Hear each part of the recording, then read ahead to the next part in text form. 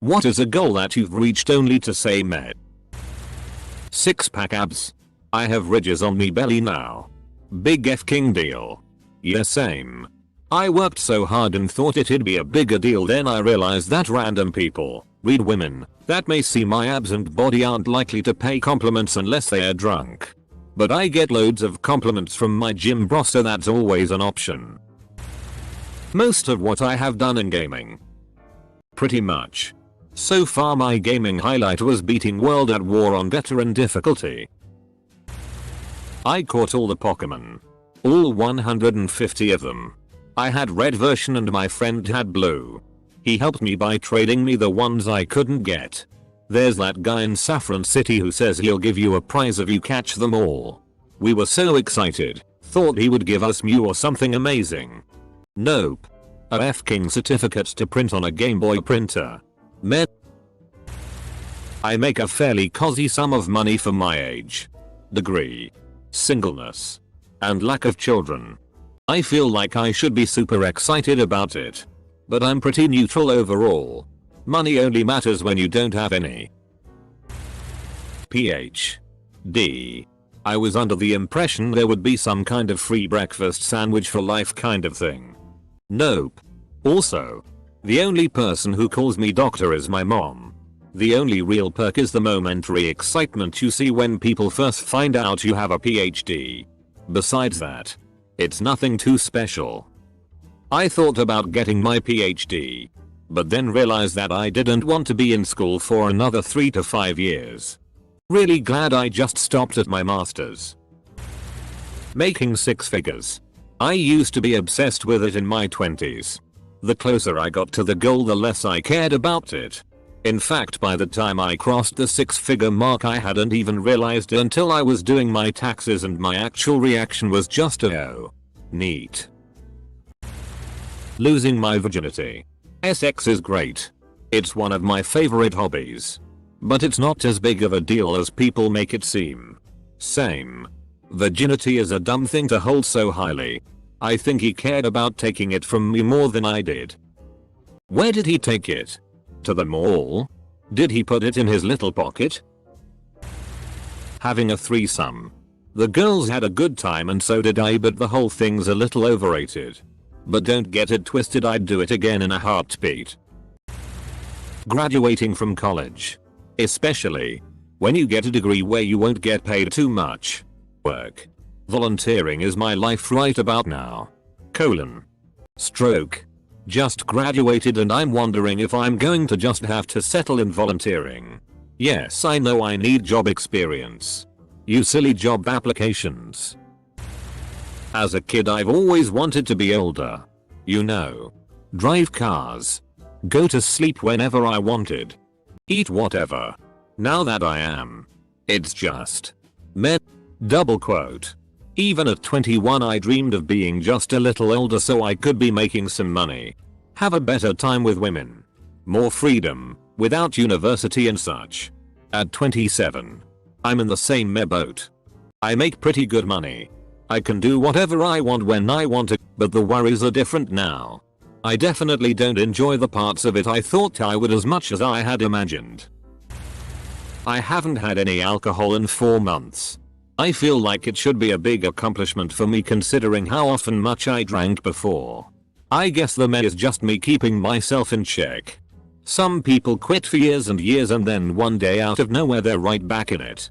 Plus I feel like celebrating sobriety is kinda awkward. Hey, guess what, man? I haven't had a drink all month. Okay.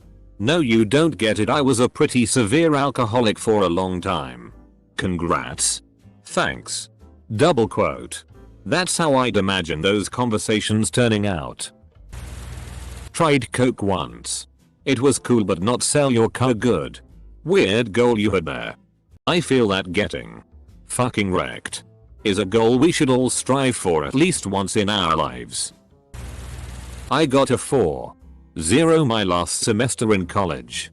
Was neat for a few moments. Pretty meh overall. Should have spent more time having fun. Yeah, I graduated college W a 4.0.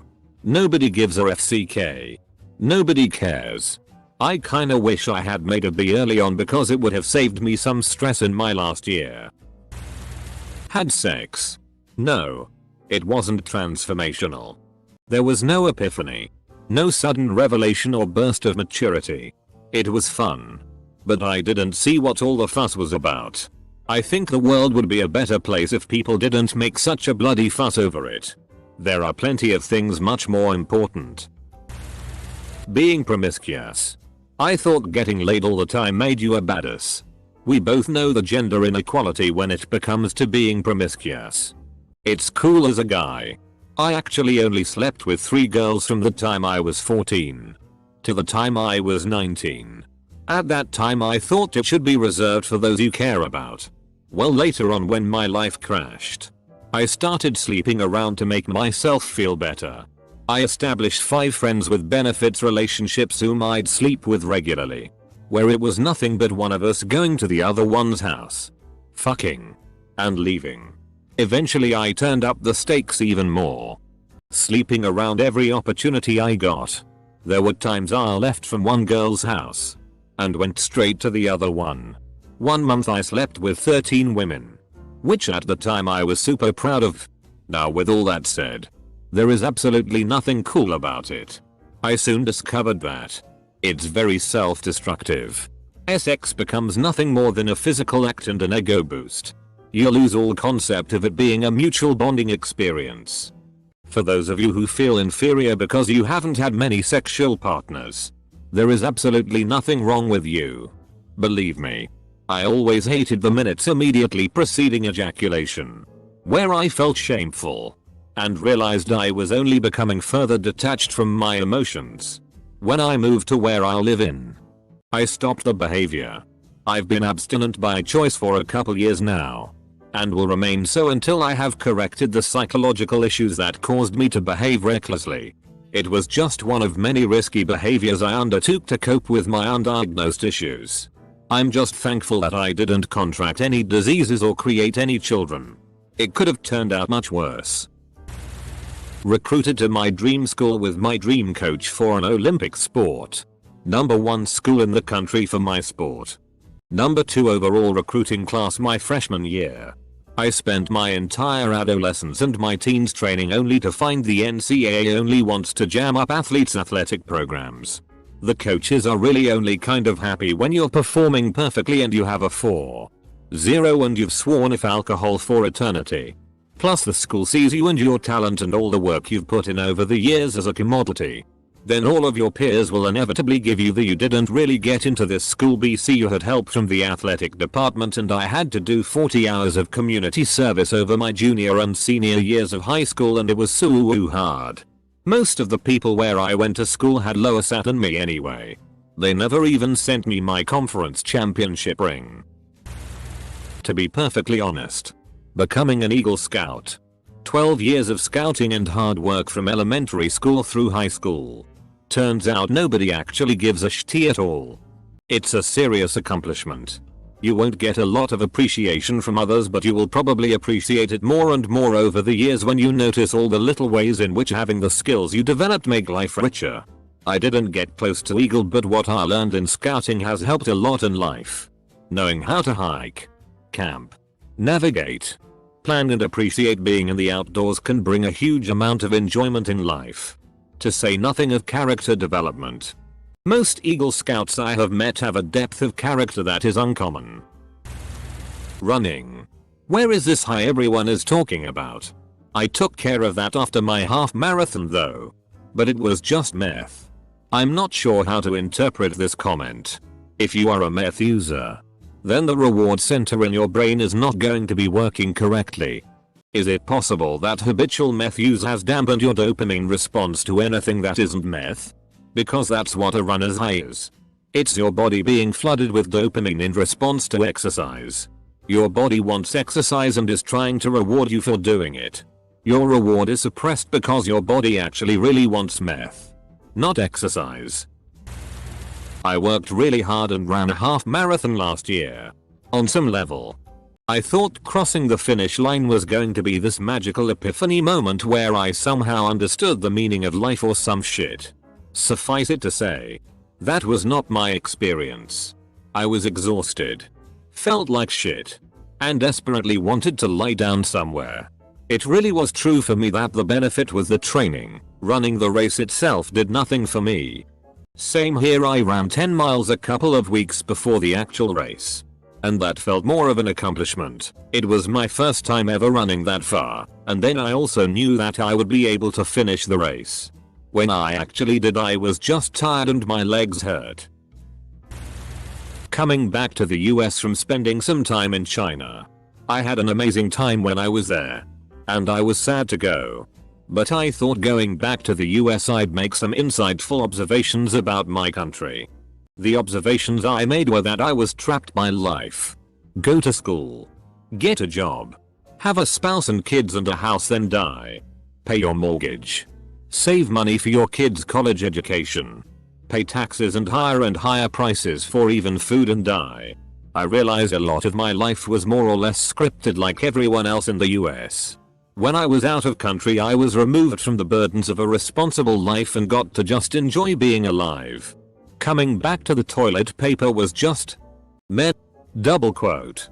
I felt a very similar thing when I was in China. It was really just nice to be able to explore Shanghai. One thing I noticed there was the street vendors. They were the same ones every day. But they were doing something they were passionate about or just really relaxed. It was really cool to chat with some of those people. My success on the second try of my driver's test. I failed it in high school. Then immediately went to out of state college. So I f***ing waited 4 years just to have time again. All my friends had already been driving for 4 years. And I had just gotten the thing. So no one cared that I passed. And there was no hell yeah I'm an 17-year-old with a car feeling. It just felt like I'm finally doing this apparently great thing for the first time. But everyone around me already knows how to do it. And they were condescending about it. Too. Whenever they saw me having those beginner driver problems, they'd have this look on their face or in their tone that just screams I'm stupid or naive. Because they were already 4 years better than me. You f***ing had to go through it too. Jesus. Just the most anticlimactic feeling ever. Ugh. Published a scientific paper as first author. I had been chasing that for years. Made a ton of sacrifices. Imagining how awesome it would be when all my work finally came to fruition. And when it happened. Now I have 4 such papers. And at this point none of it matters because I don't intend to go to grad school to continue my science career. How do you become a published author of a scientific paper before your doctorate? I'm European. But I mean, neither bachelor's dissertations nor master's theses count. I always wanted to be a ballerina. On my tiptoes looking graceful. Even though I was too old at the age of 16 to get into it, I still took the beginner classes despite the rest of the girls being like 7 or 8. It was awkward as hell looking like a clumsy ostrich compared to the little girls, but I was determined. Finally after 3 years I managed to get up to point shoe level. FCK. That shit hurt and wasn't worth the passive aggressive remarks I got from the dance moms. I'll never be a beautiful swan, but at least my feet won't be gnarly. I have snowmobiled since I was a child. And started with a very old Scorpion 350 sled. When I was a kid, I used to ride this place around La Pine. Or called Paulina Peak. There is a huge lava and obsidian flow up there. And when it gets covered in tons of snow it was known as the roller coaster. I tried for years to make it to the top of the roller coaster with the old Scorpions I was using at the time. And could never do it. Fast forward about 12 years. I buy a new sled at the time. And I make a trip with some family to go ride at Paulina Peak. Sled technology has changed a ton since the 1970s when my old Scorpion was made. And it showed. I made it to the top without even going wide open on the throttle. Basically just putted up there. Definitely kind of meh. The change in technology has made snowmobiling easier. I used to have a 1990 Polaris Indy Trail. Sliding that thing in turns. The unpredictability. And the ability to use your body weight to move it is what made it fun. Now it's just sit there and steer unless you're deep in the mountains. was tripping on shrooms next to a creek. Everyone was trying to climb up on this big rock but couldn't because of the shrooms. I decide to take a stab at it and make it up on top, and everyone is cheering and laughing and happy. I sit down on my throne only to realize it had been getting direct sunlight and was pretty hot and uncomfortable. So I hopped off and said, well, it was a fun journey but not what I wanted. The 5 minutes it took felt like days. I then used it as a metaphor for life or something like that. Shrooms are weird, man. Edit. Thanks for the gold, mate.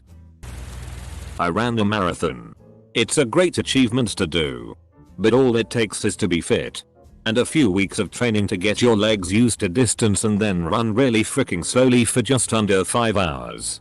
It's cool to achieve it, but the doing it part was pretty boring. Running real slow. Hour after hour after hour. Well, if you set your goal a tad faster it would probably be more rewarding. Just finishing in 5 hours is like setting a goal to be below average at something. My goal is to be not very good at knitting. Double quote. Is an odd goal. Getting into my dream college, aka the one I've wanted to go to for 4 or 5 years. I remember panicking so much over it when I saw my older friends with hella good credentials get accepted or rejected or waitlisted, etc.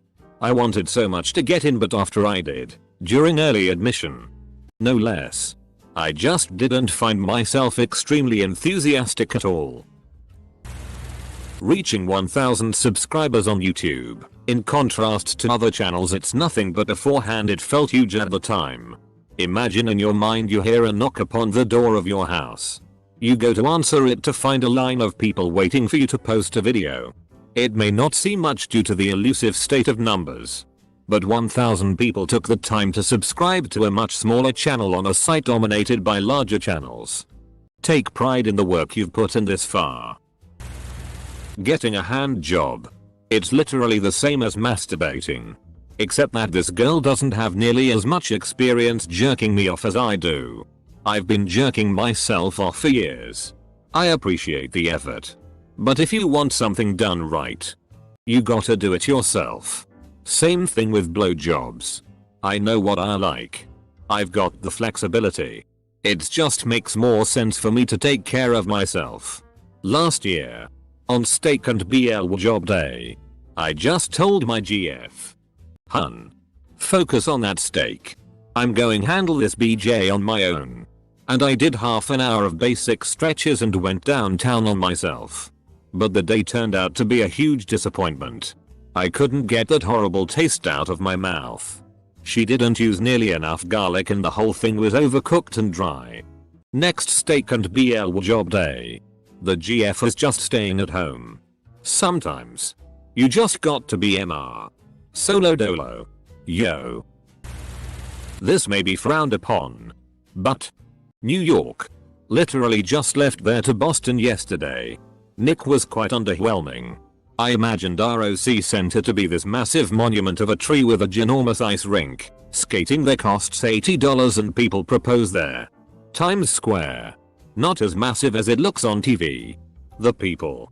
Holy hell. They were so nice. People saying sorry for running into me. People letting me cross roads. The subways were quite dirty but nowhere near as packed. The only thing that lived to the expectations were the subway performers. Anyway, I'm not dissing Nick in any way. I'm just saying my expectations were not met. Also, I'm from California, so my expectations were probably a little off. Sorry New Yorkers. But Boston is f***ing amazing. Life adulthood. I have a darn nice job. I'll never be able to summer in the French Riviera. But I really don't have money worries. I own one of my dream cars. A reasonably sized house. Have a great live-in GF. Family is supportive and loving. Etc. And when the alarm goes off in the morning, it's just another day for me. Just like anyone else. It's interesting how I've attained my realistic goals in life.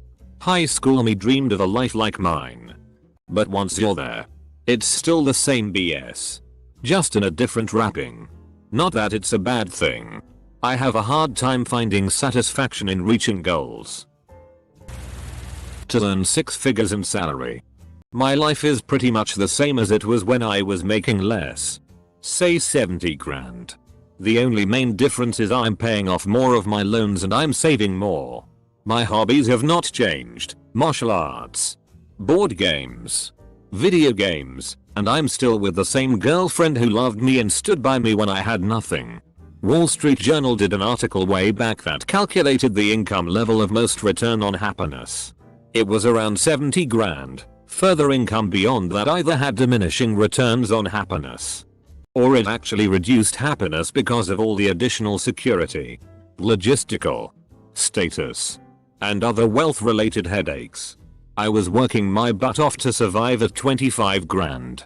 I still felt a pinch at 60 grand. But once I hit 70, my life was smooth and I didn't really have to worry day to day about money. In order to make more than that, I've left my home country and taken up working far overseas.